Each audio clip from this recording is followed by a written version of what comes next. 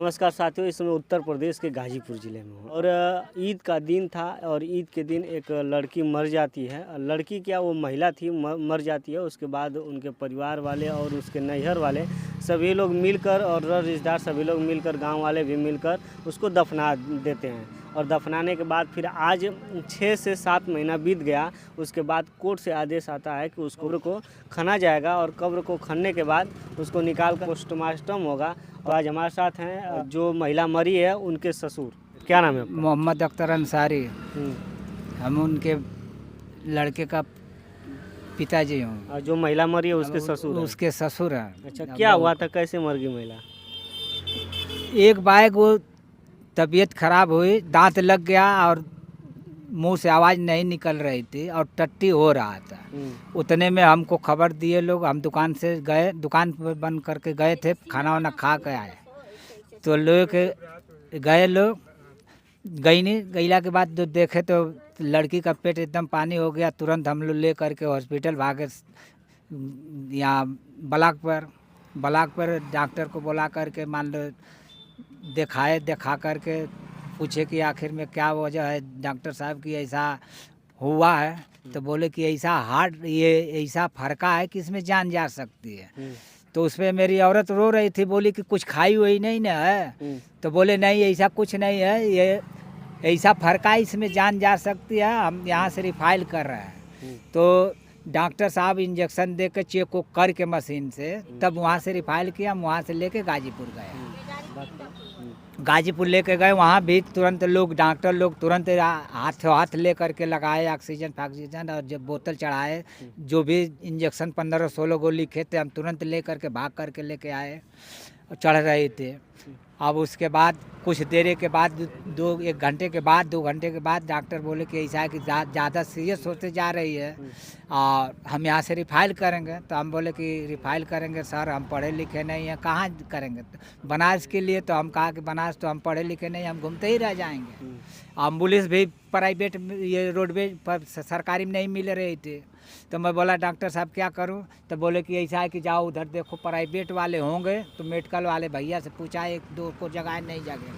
तो एक मेडिकल वाले भाई से बोला कि भाई एम्बुलेंस वाले जाग नहीं रहे, ऐसी बात, हमको लेके जाना है यहाँ से। तो बोले कि उसमें जाइए। तो वो बचाया बेचारा, तो जाके जगाया, कहे कि खूब जोर कर जगाइए। जगाया तो उठा बेचारा, तो ले करके वो कहा कि हम चलेंगे, चलिए।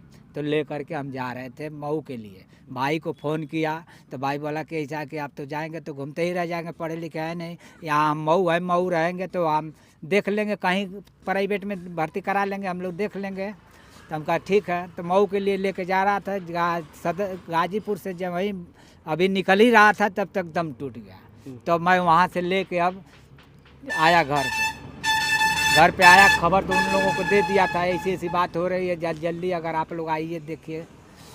तो ये लोग अपना 4 बजे यहाँ आए, हम लेकर 3-3:30 बजे घर आए। 4 बजे उसके मैके वाले एक गाड़ी बैठ करके पूरे परिवार अपने आए लोग, पतो बहू, उनकी लड़के, उनके 4-5 लड़के हैं, वो भी आए। और उस टाइम कुछ भी बात नहीं हुआ सर, और कुछ भी नहीं हुआ। मैं बोला कि मैं खबर सब तरफ भेज दिया रिश्तेदारों में कि भाई मट्टी टाइम है तो मुकर्रर किया जाता है, क्योंकि ईद का नमाज भी पढ़ना है, साल में एक ही बार आता है। तो हमको नमाज भी देखना है, इधर दफन भी करना है। तो हम डिस्कस किया कि ऐसा है कि अब नमाज बाद जोहर बाद हम कर लेंगे, क्योंकि ये भी नमाज पढ़ लेंगे, जोहर का भी नमाज पढ़ लेंगे। और पढ़ने के बाद सब लोग भी आ जाएंगे अपने अपने घर से तरतीवार करके, तो मट्टी दिया जाएगा।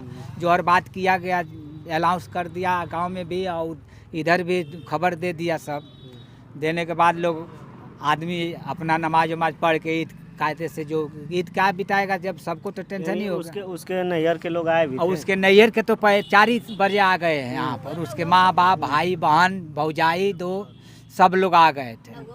और बाद में ये भी हुआ कि भाई कफन हम ले आए, तो लोग बोले कि नहीं नैहर का हक होता है। तो मैं बोला पूछ लेता हूँ भाई, नैहर का हक होता है तो वही लोग दें, नहीं तो हम मंगाएं। तो बोले लोग कि नहीं नैहर का हक होता है, हम देंगे। हम कहा ठीक है, तो मंगवा रहे हैं कि हम मंगवा दें। तो मऊ से हमारे गांव के लड़के आने वाले थे मट्टी देने। मैं बोला कि भाई मऊए से सब कफन वफन लेते आइएगा, जो भी पैसा होगा हम लोग देंगे। तो मान लो वहाँ से लोग आए ले करके यहाँ कफन वफन उड़े लोग दिए, पैसा वैसा दिए लोग नैयरे वाले। तो दफन आप लोग कर दिए? दफन सब लोग मिल के किए। तो उस समय कुछ कुछ नहीं बात हुआ नहीं, था? नहीं कुछ बात नहीं। और उस क्यों टाइम ये लोग फिर FIR कर दिए आप? अब क्या मालूम, पहले का झगड़ा लेकर के मऊ का झगड़ा, सास पतो अपने में दामाद ससुर मारपीट किए थे, तो वो सुलहनामा हुआ था, वो भी सुलहनामा लगा दी है कि ऐसे ऐसे हमारे दहेज के लिए हमको परेशान कर रहे हैं। बताइए, जब हम 4 लड़के की महतारी थी तो हम नहीं मांगे, अब मरने के टाइम हम दहेज या गाड़ी मांगेंगे? अरे अल्लाह हमको देगा तो हम चढ़ेंगे, नहीं रहेगा तो नहीं चढ़ेंगे। कोई ज़रूरी है कि हम मांगे? और उस टाइम शादी के टाइम तुम रो करके बोली, मैं बोला कि 5 आदमी से तुम मेरे घर ले आके पढ़ा लेने का, हम पढ़वा लूँगा। मगर अब इन लोगों के मन में क्या उत्थु हो रहा है कि अब हमको परेशान कर रही हैं।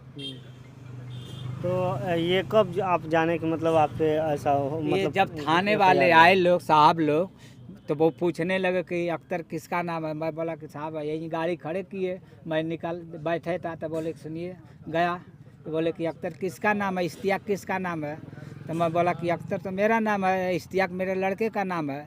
तो बोले कि रबीना का आप क्या लगते हैं? हम कहा ससुर लगते हैं। तो उनके इंतकाल हो गया। हम कहा हाँ सर। तो सब पूछे कैसे कैसे, मैं सब कुछ बताया उनको। तो लोग ले वो करके गए, बोले कि ठीक है थाने पर हम बुलाएंगे तो आप आ जाइएगा। हम कहा ठीक है सर। तो लोग कई बार जो भेजे तो मान लो टाइम नहीं मिलता था, इधर दर दुकान संभालने में, लड़के बच्चों देखने में, 2 ही प्राणी का हम लोग का नाता है। तो अपना मैं गया एक दिन टाइम निकाल के, फिर खबर दिए साहब, तो हम गए तो वहाँ बर बयान अपना गवाह ववाह लगाए लोग, 4 आदमी के गवाह। तो आज उनके कब्र को खना जाएगा? आज खन रहे हैं लोग। आज सुबह हमको प्रधान जी, हमारे आदरणीय प्रधान जी आकर बोले कि आज आप कहीं जाइएगा मत, दुकाने पर रहिएगा, आपकी बहू की कब्र खोदी जाएगी। अच्छा, उसके 4 लड़के भी हैं? जी 4 लड़के हैं, 3 मौजूद है, एक तो 8 महीने का होकर के झुक गया। और वो उसी टाइम से हमसे बोला चलिए बंद है कि जब वो लड़का मरा था तो ये लोग पैदाइश हुई थी वहीं सब लोग थे, मगर पैसा 4,000 5,000 देने लायक नहीं थे लोग। फ़ोन किए, मेरा लड़का फ़ोन किया रो कर के कि अब्बा हमारे लड़के को बेचवा रही है सब, हमारे पास जो पैसा था हम दे दिए, फिर भी बेचवा रहे। मैं बोला कि अभी ज़िंदा हूँ, मैं कर्ज खोज के अपने खून को काहे को बेचने दूँ? मैं यहाँ से मैं बोला कि 1 घंटे 1.5 घंटे में मैं पहुँचता हूँ, तो फिक्र मत कर, मैं आ रहा हूँ। जा कर के पैसा दे करके उस लड़के को मैं निकाला। अब बोला कि बेटा अगर ज़रूरत है तो तुम रूम पे चल, नहीं तो घर चल रहा है तो तुम लोग चलो। तो बोली कि नहीं हम घर पे नहीं जाएंगे, हम यहीं रहेंगे। मैं बोला ठीक है। तब वहाँ से निकलवा के मैं पैसा दे करके उसको भी दिया कि अगर घर पे खर्ची उर्ची होगा तो नहीं होगा। तो बोला 1,000 रुपया, 1,000 रुपया वहाँ भी लड़का को दे के आया कि बेटा तू कायदे से लेकर आना, जो भी होगा फिर हमसे बहुत बात करना। उस टाइम वो लड़का जब 8 महीने की मर गई तो हमको खबर तक नहीं दिया। हमको बम्बई से खबर मिली कि तुम्हारा पोता इंतकाल हो गया। फिर उसके बाद गए? तब यहाँ से मैं मऊ रहते से, तब यहाँ से हम लोग दुकान दोनों बरानी रोते हुए बंद करके गए। वहाँ जाने के बाद भाई को फ़ोन किए तो भाई बोला कि मैं तो घर से जा रहा हूँ। भैया ठीक है तुम आओ, हम फ़ोन करता हूँ। जा पहुँच गए भाई मेरा, पहुँच करके वहाँ पता लगाया तो बोले कि आज 4 दिन पहले ही ये लोग ले करके यहाँ से चले गए सादियाबाद भर्ती की। मैं बोला बताइए, हमको खबर तक नहीं दिए, हम आकर मऊ प्रधान हो रहे हैं। फिर वहाँ से मेरा भाई सेठ से नंबर लिया, ले करके फ़ोन किया तो इसका बाप का करा लड़की का कि हम नहीं जोएंगे, तुमको जो करना है कर ले, हम मट्टी का खबर तुमको नहीं दिए तो तुमको नहीं जोएंगे। तो मेरा भाई उस टाइम बोला कि अगर तुम मट्टी नहीं पाएंगे हम लोग तो हमारी मट्टी है, तुम कैसे हकदार हो तुम दफनाने की? मगर अगर मट्टी नहीं मिलेगी तो इससे बहुत बुरा असर होगा, मगर मट्टी हमारा रुकना चाहिए। तब तक कोई बाजू में रहा होगा, सुना होगा भाई, तब वो मोबाइल छीन करके उनसे बोला कि नहीं आप लोग आराम से आइए, हम मट्टी जब तक आप लोग नहीं आएंगे तब तक हम मट्टी नहीं देंगे। तब हम वहाँ से फिर फ़ोन किया, अपने भाई ने किए हैं, मेरा भाई फ़ोन किया, मैं किया कि गाड़ी लेकर मर्दा मैं उतर रहा हूँ। मर्दा से लेके हमको चल जटना, हमने 9 बजे रात को पहुँचा हूँ, मट्टी दिया हूँ, मट्टी दे करके फिर हम चले आए घर। तब से बोला चलिए, दम हमसे नहीं है उन लोग।